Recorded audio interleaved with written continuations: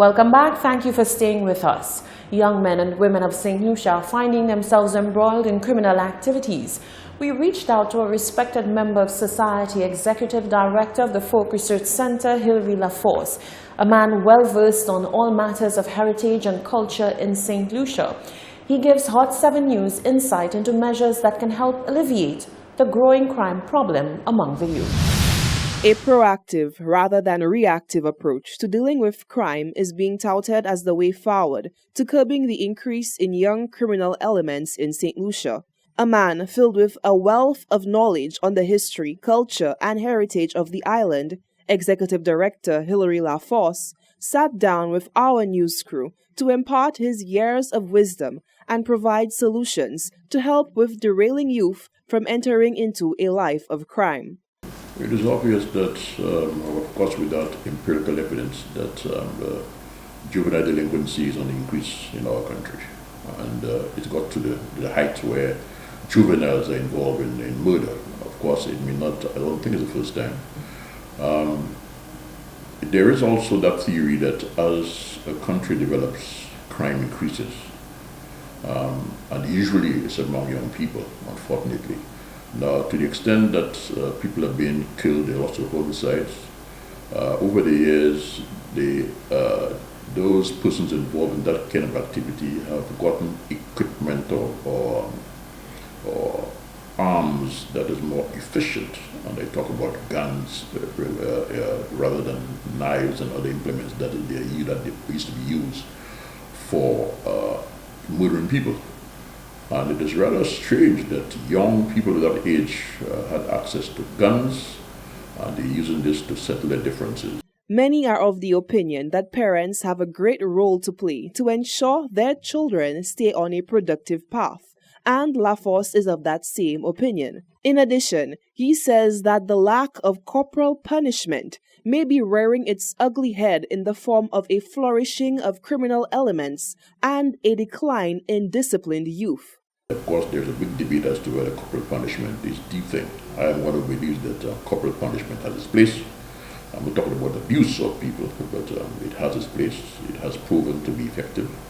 Of course, there are other ways too. But since we drop our guard, that has been one of the problems. Even the other institutions like the church, you will notice that the church itself has dropped its guard as it relates to discipline. I could tell you particularly for the Catholic Church.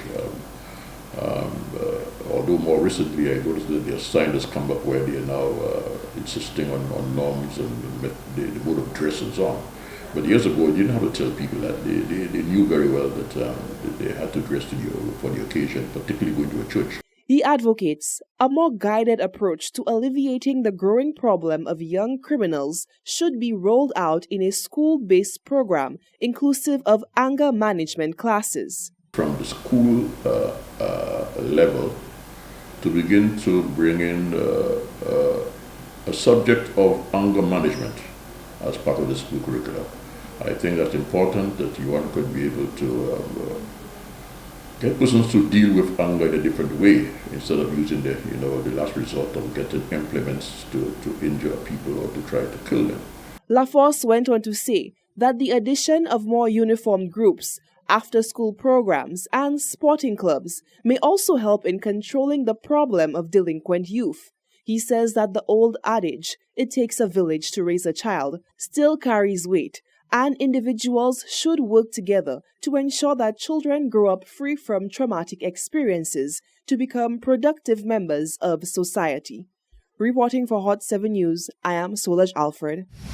Residents of the CDC and members of the general public are calling on authorities to clear garbage piles in a timely manner and for offenders to dispose their garbage properly.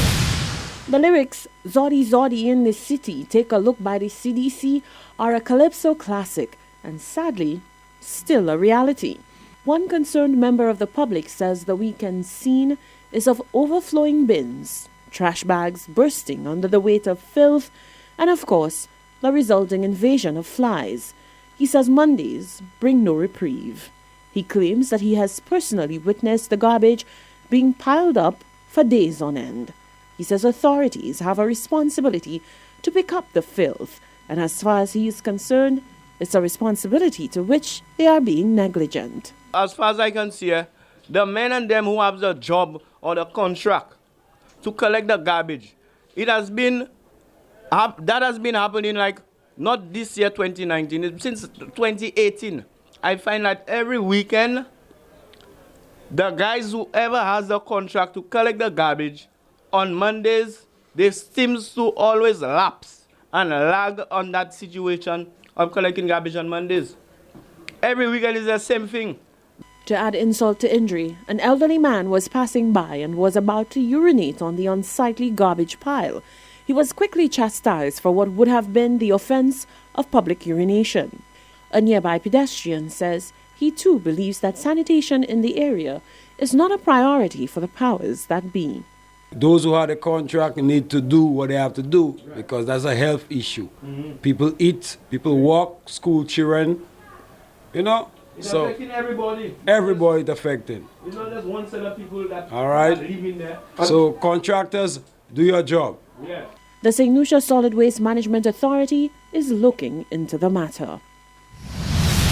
Opposition leader Philip J. Pierre is assuring Prime Minister Alan Chastanet that the St. Lucia Labour Party is not at war with the government.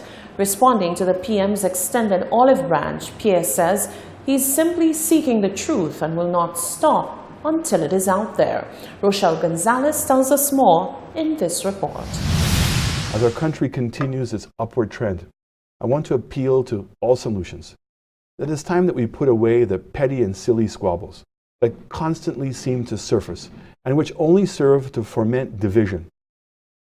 It is time that we come out of this mindset and that everything that the government does must be subject to a political interpretation or be seen as an opportunity to create mischief, confusion, and division. Nation building is a serious matter. We cannot solve the problems of our country in isolation. It's a holistic adjustment that we must make in how we approach the business of our country. If we make these needed adjustments, it will amount to a significant change in the overall results. This was the sentiment shared by the island's Prime Minister Alan Chastanet as he delivered his New Year's State of the Nation address. In this instance, the Prime Minister extended an olive branch to his detractors, including the opposition St. Lucia Labour Party, with hopes of forming a united front for the betterment of St. Lucia. However, in response to the address on Tuesday, opposition leader Philip J. Pierre said his party is not at war with the Prime Minister, nor are they at war with anybody else. He said his only grievance with the government is the matter of their policies. You don't need any peace because there is no war. What we're saying is that you be truthful, you stop the vindictiveness, you stop the vengefulness, and let's move on. That's all we're saying. Just to be truthful. Just tell the people the facts. Pierre stated that in actuality, it was the Prime Minister who made several references to the SLP with claims which were less than truthful. We do not run the country. The country is being run by the government. We've said to the government, run the country. We've asked the government that we'll work with them on certain issues. So there is no need for peace because as far as we're concerned, there is no war. The Prime Minister's New Year address was delivered on Sunday. Reporting for Hot 7 News, I'm Rochelle Gonzalez. After a phenomenal showing in November 2018, Youth in Arts Theatre Company will host its third showing of Masquerade Master on the 18th of January at the National Cultural Centre in celebration of the island's Nobel laureates. Masquerade Master is a musical by Drenia Frederick, directed by Michelle Feebles, with music adapted and arranged by Barbara Ann Kadee. The production, which features a cast from the Youth in Arts Theatre Company, draws from local culture to bring forth a poignant message of self-actualization. Marketing representative for Youth in Arts Theatre Company, Louise Victor, says there is something for everyone in this production. It's entertaining, and while it is, there's comedy, it has a very powerful message. Number one, the characters are predominantly that of our traditional masquerades. So you have Pai Banan, you have Papa Jab, you have King Sukriyo, and so it's different takes on the characters in addition to other characters. And what it is, it's almost like a transformation of the kids, the characters going from puppets to human beings, and that idea of wanting to be free and wanting to escape something that you've been your entire life. So you've been a puppet, you've been under the manipulation of someone your entire life, but you want to break free, and then sometimes you want to break free and you don't know what freedom is, or you have a different concept of what freedom is. And in breaking free, maybe it's not what you anticipated, maybe there's some surprises, and so it has some deep life lessons for anyone who would be sitting in the audience. Youth in Arts works to contribute to the preservation of St. Lucia's rich culture and tradition through the arts, and affirms that developing skills in the performing arts is developing skills for life. The group operates under the cultural stewardship of June Frederick. The group features a dynamic, talented, and skilled cast. We have some very young directors as well. So the dance director in the person of Miss Roxanne Didier Nicholas, the vocal director, Mr. Jamie Ford, and assistant director of the production is Miss Shakira Robert Sanker. And the cast is, no one is older than 19. It's young people who are incredibly talented, who are incredibly aware. Tickets for the third showing of Masquerade Master at the Cultural Center will cost $45 and can be purchased at the door. For more information and daily updates, follow Youth in Arts on social media. On Facebook, it's Youth in Arts YIA Theatre Company, and on Instagram, it's at Youth in Art SLU. You're watching the Hot 7 Nightly News. When we come back, the FRC weighs all sides in the debate for proposed housing development at Mount Pleasant, and the Department of Health takes a proactive approach to combat dengue fever. We'll be right back.